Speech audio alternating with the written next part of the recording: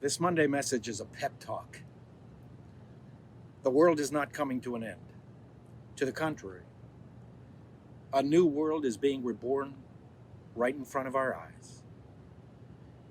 For sure, our individual and social lives will be different when we come out of these days of pandemic.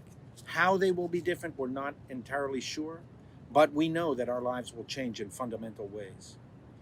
Think about not only the difficulties and the limitations of the moment, think also about the potential, the opportunity we will have on the other side to contribute to the building of a new world. And all of us will be able to make a difference. I say that especially to the younger people in our community. I can imagine that you are somewhat depressed, even demoralized, at all of the changes in your lives. It's really, really hard. You've gone from a life of a really high degree of certainty to a life of uncertainty. Many of you have missed once in a lifetime opportunities like graduations, proms, your summer experiences. Some of you have had B'nai Mitzvah postponed. Some of you have had your first jobs canceled. I don't minimize the loss and frustration that you feel. To the contrary, I feel it with you. I really empathize with you, and I wish it weren't the case. And you should know you're experiencing a kind of mourning. You're grieving for the losses that you have, some of which you will not be able to recapture and that you've relied upon for many, many years. But you are so resilient, much more resilient than many of your elders. When we emerge from this period of isolation, you have a once in a century chance to remake this world in dramatic ways, to improve this world, to repair this world. Your generation can change the course of history. Get on with it. You are the future. Make of this world a better, kinder, gentler, fairer, cleaner world. As for the synagogue community, our world is not coming to an end either. As I have shared with you, we are actively planning our reemergence. The first meeting of our advisory group that we've established will take place this week, and that advisory group on reopening is comprised of some of the best scientists, medical doctors, researchers, mental health experts, human resources, and legal professionals that exist not only in the city, but in the entire country. And they will help us reemerge as safely as possible. By the way, Judaism embraces science. That's why we have so many scientists and medical doctors in the Jewish community, and that's why we have many scientists who are advising us on reopening. Any Jew who tells you that Judaism does not embrace science as a friend, as an ally, number one, doesn't know what they're talking about, and number two, is expressing un-Jewish ideas, even if they look very Jewish to you on the outside. Whatever we cannot safely do, we won't. But whatever we can do, we will, until the human race finally wrestles this pathogen into submission. And remember, that day will come. It may be in 6 months, 16 months, maybe longer. But there will come a day when this virus will be defeated.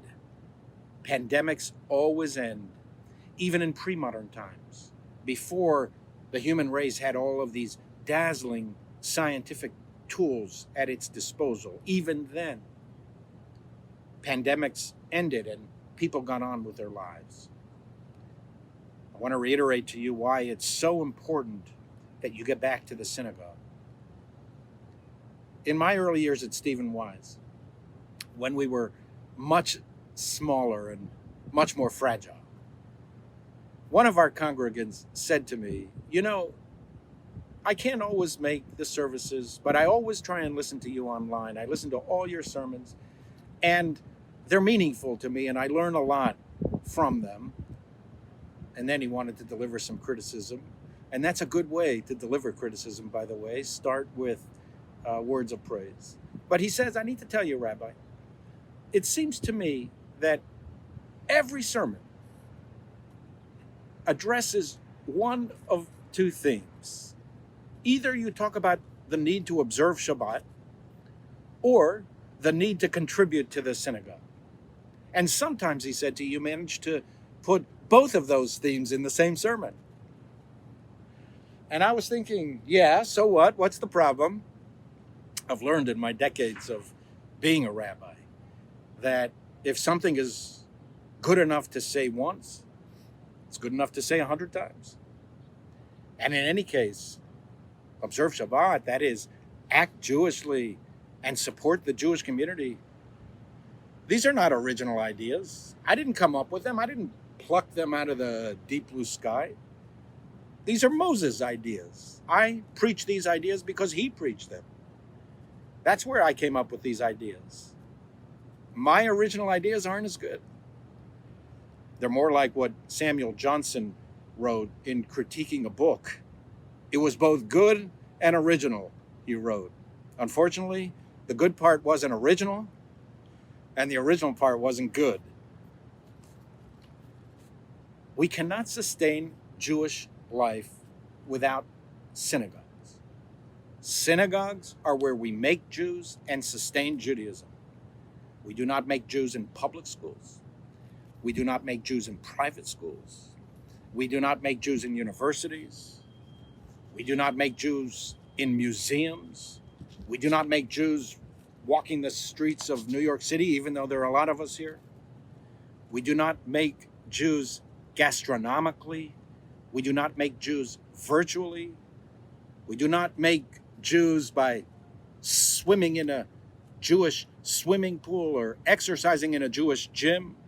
We do not make Jews through politics. We make Jews one by one in synagogues. It's the way it's been for thousands of years. It's why I keep insisting that you support the synagogue. That's not my original idea either. It was Moses' idea.